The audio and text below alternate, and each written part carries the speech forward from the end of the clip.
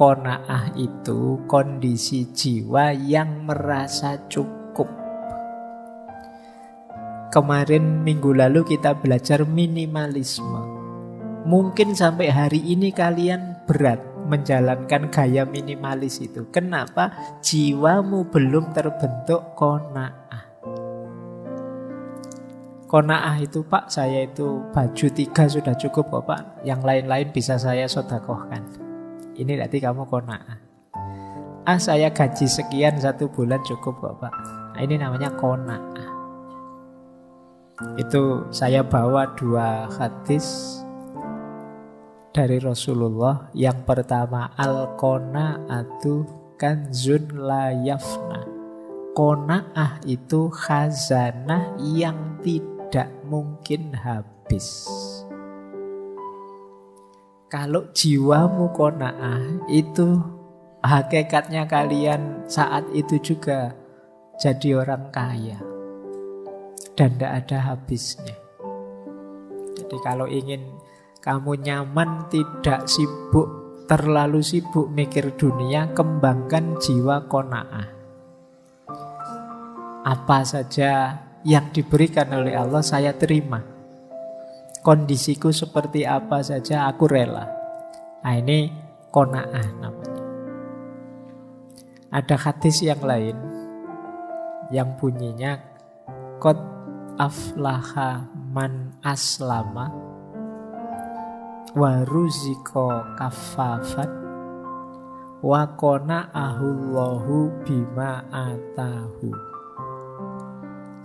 Sungguh bahagia orang yang bisa pasrah pada Allah. Jadi kalian kan sering galau, sering gelisah, sering sumpek, sering berbagai masalah. Kalau tips dari Nabi apa? Pasrahkan pada Allah. Apapun itu. Aku kalau sholat kok tidak bisa khusyuk ya. Pasrahkan ya Allah, saya pasrahkan ini loh. Kualitas sholat saya seperti ini. Mohon dimaklumi. Nah, ini pasrah. Lega nanti hatimu sambil ya berusaha diperbaiki. Ya Allah, saya hari ini banyak bohongnya. Mohon terima diriku apa adanya ya Allah. Aku pasrah wis. Nah, ini qad aflaha man aslama. Akan mengurangi banyak beban di hatimu. Jadi kegalauan-kegalauanmu mungkin akan lebih ringan kalau kamu mampu aslama, pasrah pada Allah. Ya kayak kemarin waktu kita membahas minimalisme kan seolah-olah kita itu kan semua orang kaya terus mengurang-urangi segalanya. Tapi sebenarnya kan bagi yang tidak punya duit, Pak, saya minimalis gimana wong saya tidak punya apa-apa misalnya. Saya sudah otomatis minimal. Maka konsepnya tidak sekedar mengurangi atau hidup sederhana, tapi qanaah. Jadi qanaah itu ya sudah menerima apapun situasi. Ini lebih penting. Jadi maka bahagialah orang yang bisa pasrah dan rezekinya itu levelnya cukup. Tidak berlebih dan tidak kurang. Itu harus bahagia orang yang rezekinya cukup. Rezeki cukup itu kan pingin apa saja cukup. Tidak berlebihan. Jadi ya kayak iklannya apa, salon pas itu loh. Pas butuh ini pas ada. Pas butuh itu pas ada. Atau kayak semboyannya Raden Mas Sosrokartono itu loh. Sugih tanpa bondo.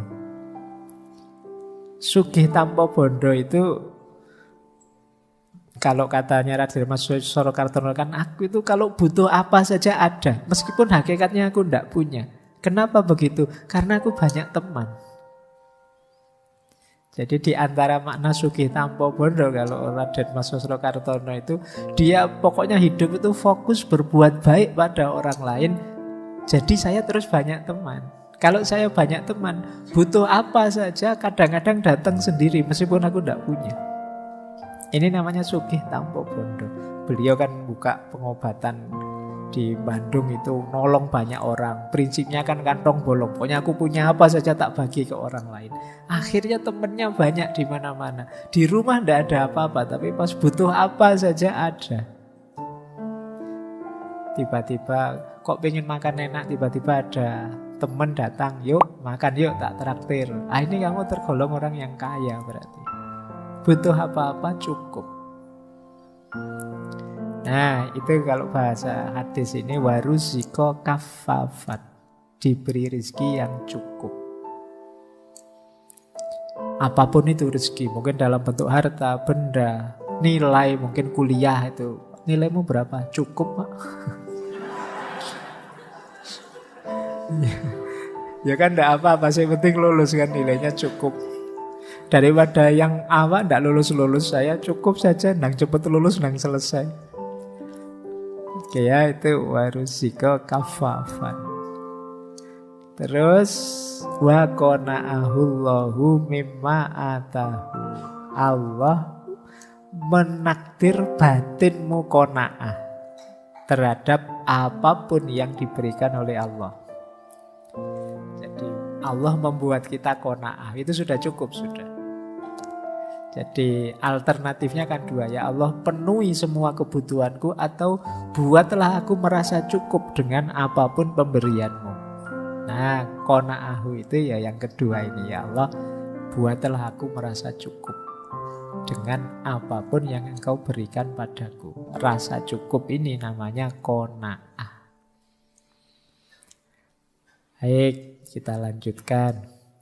Nah, ini prosedurnya, ini saya ambil banyak malam hari ini dari Imam Ghazali ya. Prosedur jiwa yang cukup itu diawali dengan ridho, dilanjutkan ikhtiar, usaha, terus sambil berdoa dan sabar istiqomah, dipungkasi dengan tawakal. Tawakal itu pasrah pada Tuhan tadi.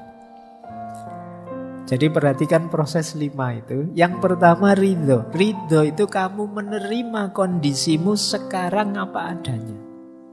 Itu namanya ridho. Saya ridho ya Allah, tinggi saya cuma 150. Tidak apa-apa.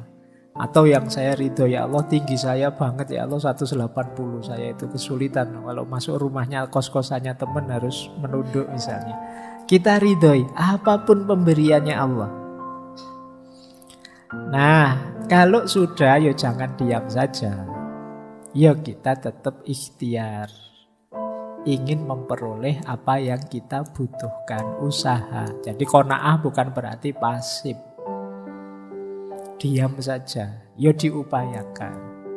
Biar tadi nilainya tidak cuma cukup saja, jadi naik, jadi baik, ya kan kamu harus belajar.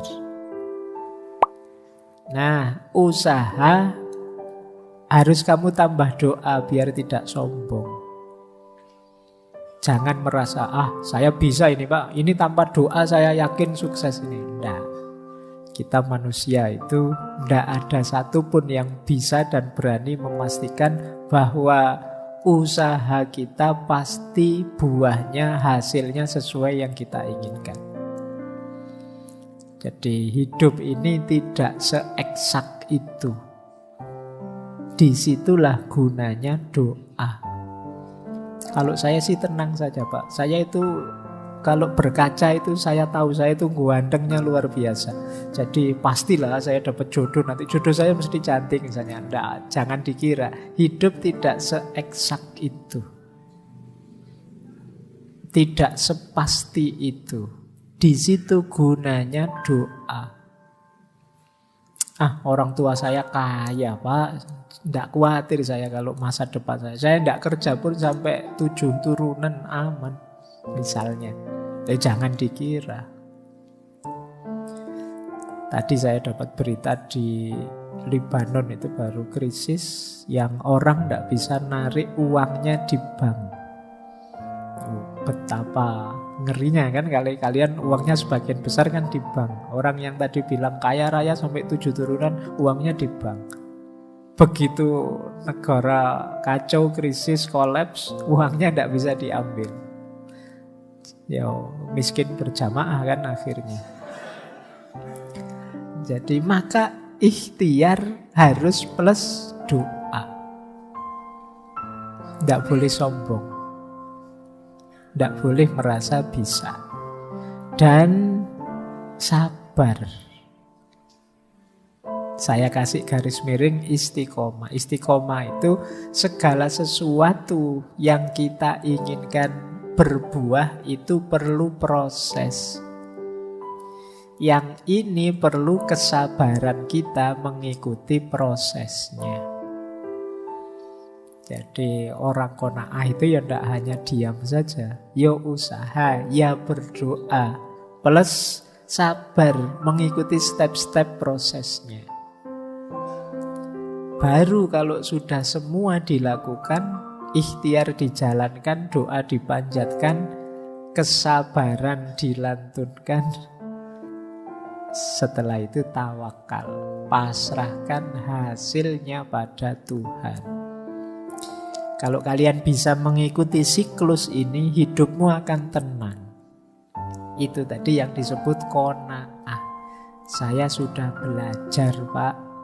Dan juga saya tahu IQ saya tidak terlalu tinggi kok, Pak. Saya terima itu ridho. Kemudian saya, tapi tidak menyerah, Pak, saya belajar. Itu pun sambil berdoa. Itu pun sudah dalam proses yang panjang saya belajar itu, baca buku, ngajak diskusi dan lain sebagainya. Nanti hasilnya gimana, IP saya berapa, nilai saya berapa, ya sudah, saya tawakal saja. Nah, ini hidup yang nyaman. Ini yang tadi rumusnya hidup qanaah. Ini gaya hidup asketik. Gaya hidup menerima apa yang kita miliki, apa yang terjadi dalam hidupku. Saya lanjutkan. Nah, kalau ini manfaatnya, kenapa sih saya harus qanaah, merasa cukup? Yang pertama, rasamu qanaah itu secara tidak sadar menghadirkan Tuhan, menghadirkan Allah dalam hidupmu.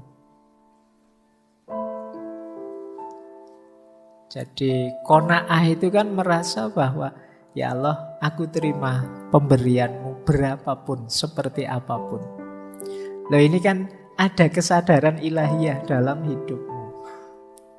Kemarin-kemarin kan kita sering merasa gimana ya caranya saya bisa sadar secara kontinu terus-menerus bahwa hidup ini diawasi Tuhan, hidup ini dekat dengan Tuhan terus. Nah, jiwa yang qanaah itu jiwa yang selalu nyambung dengan Tuhan. Karena ya Allah, aku siap menerima apapun pemberianmu. Jadi memperkuat hadirnya Tuhan dalam hidup kita. Apalagi kemudian ketika kita qanaah, itu yang kedua, memudahkan kita untuk bersyukur.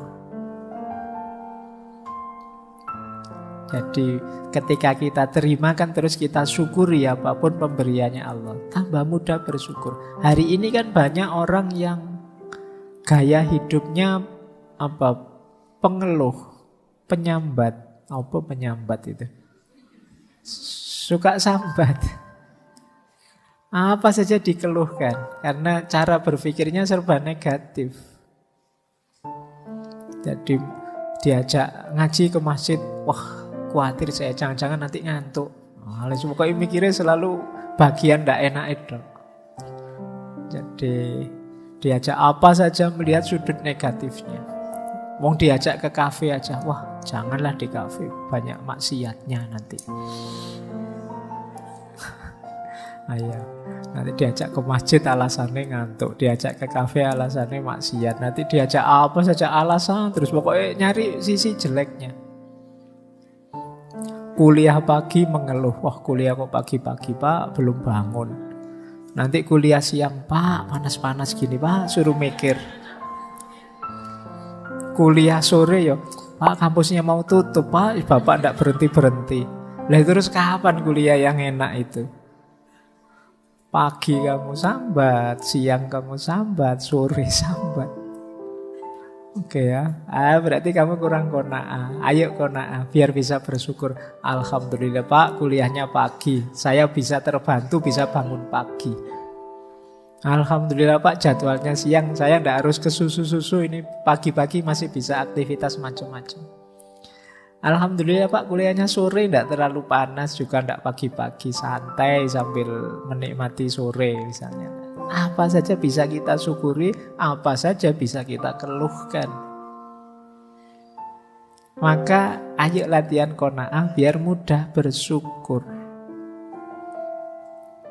Oke ya, ini rumus hidup. Orang bahagia itu sebenarnya orang yang bersyukur, itu saja. Bahkan kalau di Al-Quran kan malah kita diiming-imingi la in syakartum la azidannakum. Kalau engkau bersyukur, aku tambah. Ini sebenarnya sangat logis.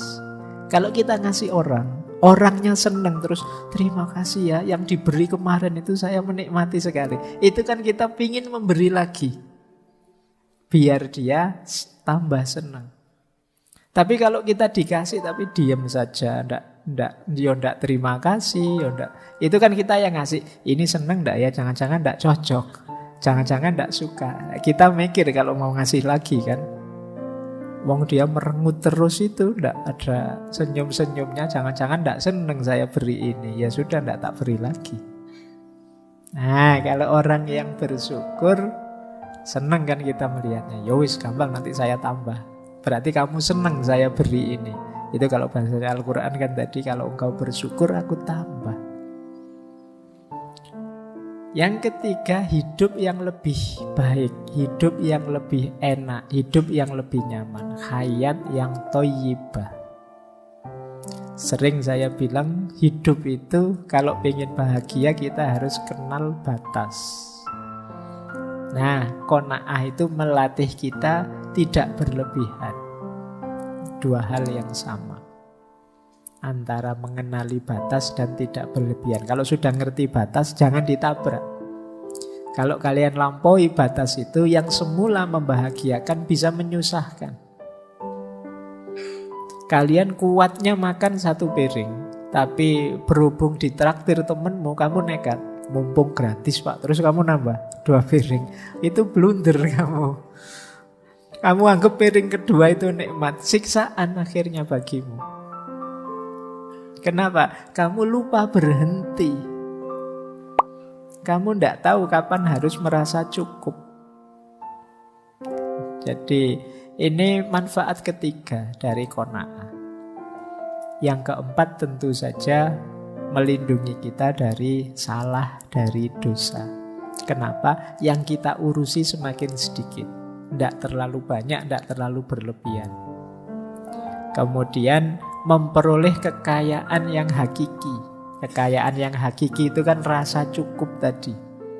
Kalau pakai parameter minimalisme minggu lalu, barang yang kita miliki berguna semua. Bukan barang-barang buah keinginan yang kalau sudah beli terus dibuang. Kenapa dibuang? Tidak cocok. Atau kemarin rasanya kayak butuh sekali, tapi begitu dibeli, ternyata tidak kepakai. Berarti kekayaan kita tidak hakiki. Ya kayak kalian, kayak kemarin itu loh, kalau sedang terlena oleh flash sale apa oleh apa, itu kan kamu wae diklik. Wah ini mumpung murah Pak. Loh ya jangan murahnya dulu lah, kamu butuh apa enggak? Ya kan? Oh ini kaosnya 100.000 dapat 6 loh Pak, luar biasa. Akhirnya begitu kaosnya datang, wah saya sedekahkan saja Pak. Lah iya salahmu sendiri kemarin, serakah gara-gara murah. Oke ya, yuk punya barang-barang kekayaan yang hakiki yang memang kita butuhkan saja. Dan mulia, orang qanaah itu kebalikannya orang tamak. Kita kan tidak nyaman lihat orang tamak. Nah kalau lihat orang qanaah, tidak ambisius, tidak agresif, itu kan enak. Dimuliakan di masyarakatnya. Baik, ini manfaatnya qanaah. Ini quotes, sekali-sekali quotesnya bahasa Arab ya.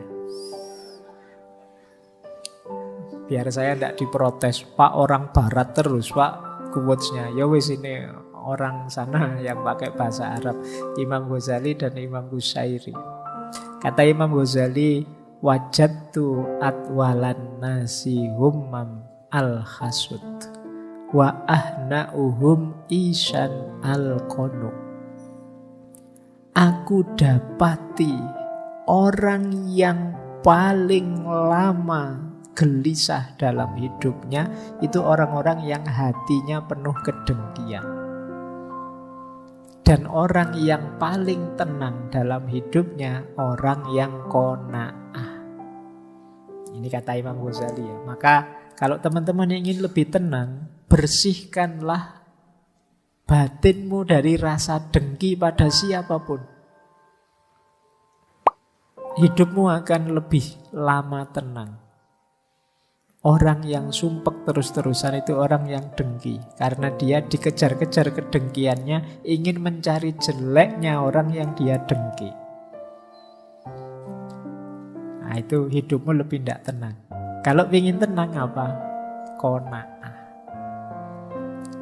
Ada lagi qaul dari Imam Bushairi. Man taba'at ainahu ma fi aidin nasi tola khasnuhu. Barang siapa yang mengikuti pandangan matanya, ngelirik-ngelirik, melihat-lihat yang dimiliki orang-orang di sekelilingnya, dia akan panjang sedihnya.